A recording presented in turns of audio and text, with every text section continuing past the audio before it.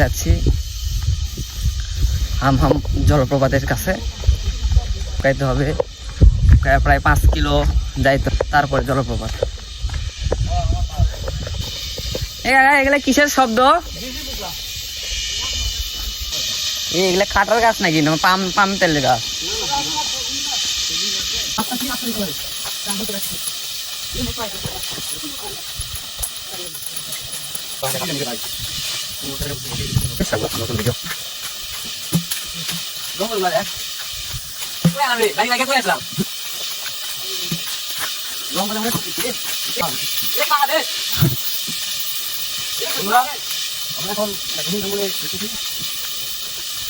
ভাই কোন জায়গায় যাচ্ছি ভাই?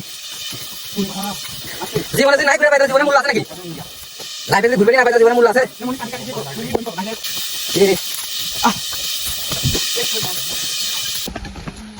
উঠুক উঠুক, বাস নিয়ে উঠুক।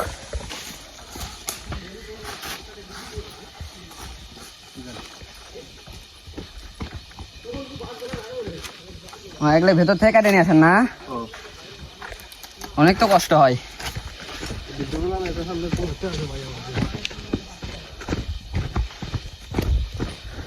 বনের ভেতর থেকে বাঁশ কেটে নেয় ভাই। আমরা হাঁটেই যাওয়ার পাচ্ছি না। ও এই জায়গায় আসলে আপনারা গ্রুপ হয়ে আসবেন, না হলে আসতেও পারবেন না, ভালো লাগবে না। মেইন লোকালয় থেকে 4.5 কিলো রাস্তা, মানে আমাদের রাস্তা শেষ হচ্ছে না। তাও সেই রাস্তাটা সোজা রাস্তা না, বনের ভেতর দিয়ে। আমরা এখন একটু বিরতি নিচ্ছি। অর্ধেক রাস্তা আসলাম। যাক, ভালো লাগলো। হ্যাঁ, এই যে আমাদের টিম কিছু কও বন্ধু, কে কিছু কও। বানাইছে তার দোকান দোকান বন্ধ নাকি? দোকান লোকাইলে বেশি, দোকান চেহারা অবস্থা খারাপ। কোন সময় লোক বেশি হয়? শুক্র শনিবারে লোকজনকে আসা সময় চতুর্দিকে শুধু বন আর বন। আমরা এখন আছি পাহাড়ের উপরে। এখন আছি আমরা পাহাড়ের উপরে। কত ফুট উপরে আছি তার ঠিক নাই। সেই কিরকম লাগছে ভাই? অন্যরকম একটা ফিলিংস লাগতে ভাই। কষ্ট হচ্ছে অস্থির, ঠিক আছে, মানে সেই রকম অন্যরকম ফিলিংস, অন্যরকম বলে বোঝানো সম্ভব না। প্যারা লাগতেছে, কষ্ট লাগতেছে, কিন্তু তারপরে এরকম অ্যাডভেঞ্চার ভালো লাগতেছে। অন্যরকম ফিলিংস লাইফে ফার্স্ট টাইম বন জঙ্গলে আসছি, তাও পাহাড়ের মধ্যে। বলে বোঝাইতে পারবো না কতটা ভালো লাগতেছে। এখন একটু রেস্ট নিলাম, বিরতি নিয়ে আবার যাত্রা শুরু করলাম। চারপাশে শুধু বাস ঝাড়। বলতো সব জায়গায় ওয়াটার ফলে লোকজন ঘুরতে আসে, কিন্তু এই শ্রীমঙ্গলের হামহাম ওয়াটার ফলে খুব অল্প লোকই আসে। কারণ এই জায়গায় খুবই দুর্গম, খুবই বিপজ্জনক। অন্যান্য জায়গায় যাতে খুব একটা শ্রম দেওয়া লাগে না, কিন্তু আমরা যে জায়গায় আসছি 4 কিলো হাঁটতে হচ্ছে। 4 কিলোর উপরে, অবস্থাও খারাপ। আরও যে কত দূর যাবো তার ঠিক নাই। তবে বন্ধের দিনে, শুক্রবার শনিবার এগুলো বন্ধের দিনে পর্যটক বেশি আসে, কিন্তু আমরা এখন আসছি মঙ্গলবার দিকে, পর্যটক খুব কম আছে। এখন আমরা গোসল করে মজা পাবো। আর ভেতরে এই জঙ্গলের ভেতর কি জানি একটা পোকা ডাকতেছে সারাক্ষণ। এই জায়গাটায় খুব অল্প লোকই আসে, মজা লাগতেছে। তবে সব ক্লান্তি দূর হয়ে যাবে ঝর্ণাটার কাছে গেলে। যখন ঝর্ণার সৌন্দর্যটা দেখতে পারবো তখন যা ভালো লাগবে। আবার সাবধান করে দেই, আপনার যেখান থেকে চাঁদের গাড়ি নেন না কেন 2500 থেকে 3000 টাকার মতো লাগবে। সিএনজিতে আসলে 2000-এর মধ্যে হয়ে যাবে, 1500 থেকে 2000। কিন্তু সিএনজি আসে পাহাড়ের আগে নামাই দিবে। ওখান থেকে চাঁদের গাড়ি সিএনজি দুইটা ওখানে নামাই দিবে। ওখান থেকে লোকালয়ের কিছু লোকজন আসবে, আপনাদেরকে বলবে গাইড হিসেবে যাইতে হবে, গাইড ছাড়া তারা যাইতে দিবে না, আর গাইড ছাড়া আসলে সম্ভবত তারা সমস্যা করবে। তো আপনারা আসলে তাদের সাথে মিটমাট করে নিয়ে আসবেন। 500-600 টাকা চাইতে পারে, আমরা 300 টাকার মধ্যে মিটাই নিচ্ছি, আপনারা ওইরকমভাবে কথাবার্তা বলে মিটাই নেবেন। আর খাওয়া দাওয়ার ব্যবস্থা বলতে গেলে ওখানে বলে আসতে হবে যে আমরা এই কয়জন আসছি, আমাদের খাওয়া দাওয়ার ব্যবস্থা করেন। ওনারাই রান্না করে রেডি করে রাখবে, এখান থেকে ঝর্ণায় গোসল করে যায়, আপনারা সেখানে যাই শুধু খাবেন। আর প্রতিজনের 160 টাকা করে খাবার ধরছিল, আমরা 150 টাকা করে খাবার মিটমাট করে রাখছি, 140 টাকা করে। যাই হোক, আমরা এখান থেকে গোসল করে যখন ফিরবো সেখানে তারা খাবার রেডি করে রাখবে, আমরা খাবারটা খেয়ে আবার রওনা দিব। সোজা ওই সিএনজিতেই রিজার্ভ যেটা নিয়ে আসছি ওইটা যা আমাদেরকে শ্রীমঙ্গল বাস স্ট্যান্ডে নামায় রাখে আসবে। তো সামনের দিকে যাই, আরো হবে, ঝর্ণার দিকে যাই, আপনারা অপেক্ষা করুন, আরো ভালো কিছু দেখতে পারবে। এখন আরো অনেকটুকু রাস্তা পার করতে হবে। ভুল বলে বললাম তাহলে 1 ঘন্টা হাঁটতে আর আধা ঘন্টা হাঁটা লাগবে।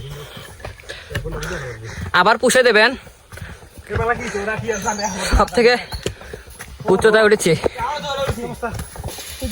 20 টাকার ভিউ। যদি এই ভিউ দেখে আসতে মন চায় তাহলে আসতে পারেন। প্রায় 1100 ফুট উপরে, এই যে বললে 1100 ফুট উপরে, আরো উপরে উঠবো। যাই হোক, এক একজনের মুখের অবস্থা কি হয়ে গেছে, অস্থির ভিউ।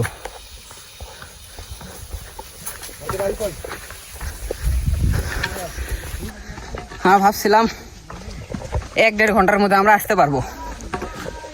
তো গাইড নিলাম, 1 ঘন্টা হাঁটলাম, হাঁটার পরে ভাবলাম যে আরো আধা ঘন্টা হাঁটলে পৌঁছাবো। আধা ঘন্টা হাঁটার পরে গাইডে জিজ্ঞাসা করলাম, তো বললো 1 ঘন্টা লাগবে আরো। তো কিছু টুরিস্ট ঘুরতে আসছিল, তাদেরকে জিজ্ঞাসা করলাম মাঝ রাস্তায়, তো বলতেছে যে ভাই অর্ধেক রাস্তা কেবল আসলেন, যদি ভালোভাবে হাঁটেন 1 ঘন্টা লাগবে, আর যদি দুর্বলভাবে হাঁটেন 1.5 ঘন্টা প্লাস লাগবে। তাহলে বুঝেন প্রায় 3 ঘন্টার মতো হাত লাগতেছে। আর মামা বললো যে আপ ডাউন 8 কিলো, তো যাইতে লাগবে 4 কিলো। তো যে হাঁটলাম মনে হইতেছে 6 কিলো পার হয়ে গেছে। তবে উপরে এসে ভিউটা একটু ভালো লাগতেছে। তো এক কথায় আসবেন, চ্যালেঞ্জিং হিসেবে যদি নিতে পারেন তাহলে আসবেন, চ্যালেঞ্জিং হিসেবে যদি না নিতে পারেন তাহলে বলবে এখানে আসবেন না। এখানে আসতে গেলে চ্যালেঞ্জিং হিসেবে আসতে পারে। আচ্ছা, নিচের একটা ভিউ দেখাই, ওই দেখেন নিচে কি অবস্থা দেখছেন। আকাশে অবশ্য এই যে সর্বোচ্চ নিচু রাস্তা এখন নামতেছি, এই নিচু রাস্তায়। আর চিন্তা করে দেখেন, এই জায়গায় থেকে লোকজন বাস কেটে নিয়ে যায় একবার নিচে। এগুলো তো রিক্স। বৃষ্টির দিনে আসলে রাস্তাগুলো পিচ্ছিল হয়ে যায়। আমরা বৃষ্টির দিনে আসি নাই, যার কারণে সুবিধা হইতেছে আমাদের চলাফেরা করতে। কিন্তু যদি বৃষ্টির দিনে আসেন তাহলে অবস্থা খারাপ হয়ে যাবে। দেখেন কত নিচে, মোটামুটি ভালো ভাই চ্যালেঞ্জিং হিসেবে নিচে দেখেই যাইতে পারতেছি। বলে বোঝানোর মতো না যে এখন কি রকম প্যারায় আছি আমরা। মাঝে 2টা দোকান পাবেন, একটা দোকান খোলে নাই আমরা যে দেখলাম, আর একটা দোকান দেখতেছি সম্ভবত শুকনা কিছু খাবার পাবেন। দেখাচ্ছি আমি। কোনটা? ওইটা ইন্ডিয়া। এটা ইন্ডিয়া? ও এটা ইন্ডিয়া দেখা যাচ্ছে, বর্ডার ইন্ডিয়া।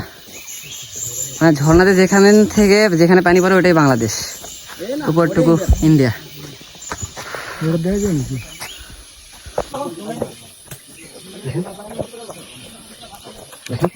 কত নিচে, কত রিক্স, রিক্স, যা যা যা, রিক্স। রাস্তাটা খুব দুর্গম, দেখেন কত দূরে, ঢালু রাস্তা, চলে গেছে ঢালু রাস্তা। আমার মতো ভাষা না। হ্যাঁ ভাই,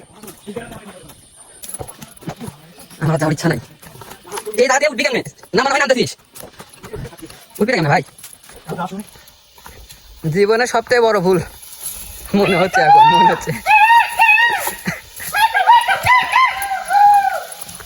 ভয়ঙ্কর একটা রাস্তা দেখায়, এই দে আসবেন, ভালো লাগলে আসেন।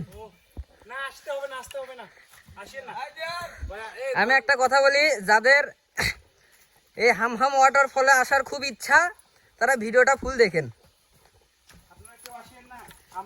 ভাই ক্যামেরাতে দেখতেছেন যে এরকম, কিন্তু কাছে আসলে বুঝতে পারবেন যে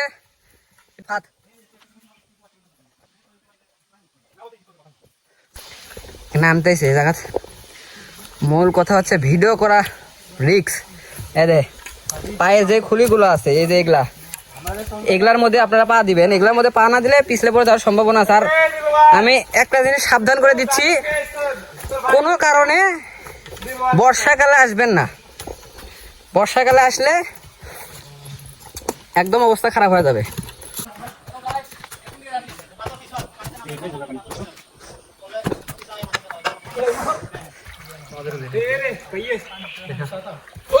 কোটি টাকার ভিউ, ফিলিংস ভাই, কোটি টাকার ভিউ। আমার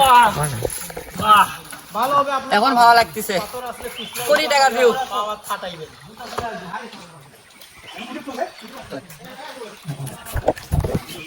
পানিগুলো স্বচ্ছ, স্বচ্ছ পানি। রাস্তাগুলো দেখেন, এই ইট পাথরের উপর দিয়ে আমাদের যাওয়া লাগবে।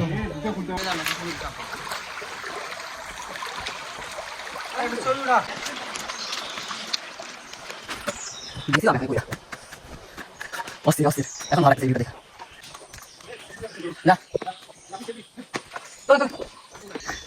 আমাদের গ্রুপের গুলো কি হয়েছে জানেন, এরকম হলে আর আসতো না জানলে। পাথর দেখছেন একদম নীল মতো লাগছে।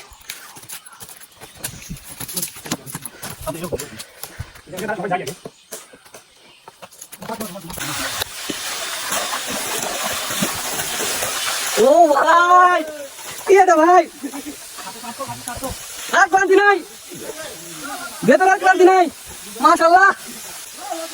কি রে ও ভাই, সব ক্লান্তি শেষ, সব ক্লান্তি শেষ। পরিশ্রম সার্থক। ও ভাই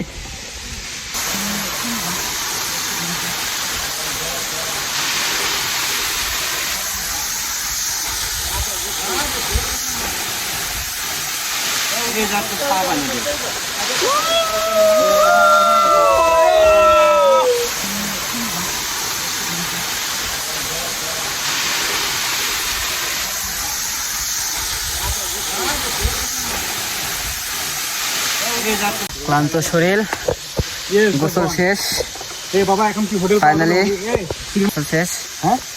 এখন শ্রীমঙ্গল শহরের দিকে রওনা দিচ্ছে হামহাম জলপ্রপাত থেকে। শরীর ক্লান্ত, পেটে ক্ষুধা, সব মিলায়া রওনা দিচ্ছি।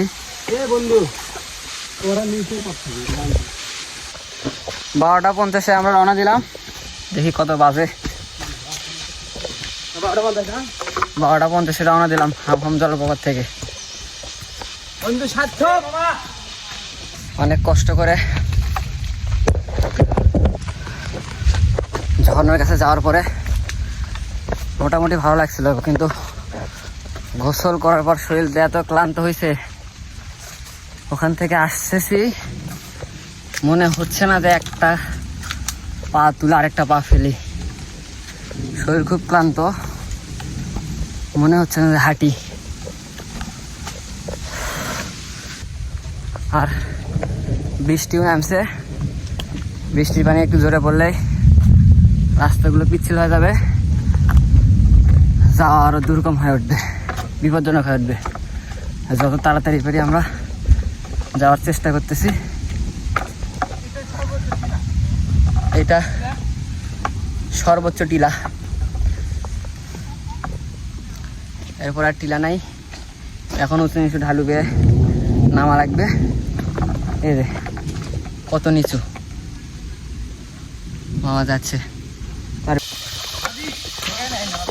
দীর্ঘ অবসানের পর, কষ্টের পর পাহাড়ের বনভূমি থেকে বের হলাম।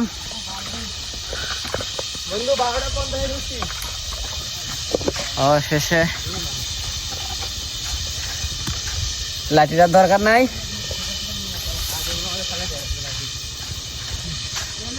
শেষ জার্নি। বন থেকে বের হচ্ছে, ফ্রি নিয়ে আসলেও আর আমি এই জায়গাতে আসবো না। এখন খাবারের অর্ডার দেওয়া আছে, সেখানে যাব, গিয়ে ফ্রেশ হয়ে খাওয়া দাওয়া শেষ করে বাড়ির দিকে রওনা দিব।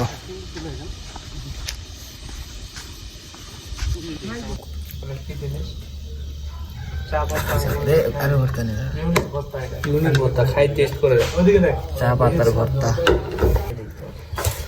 দেশীয়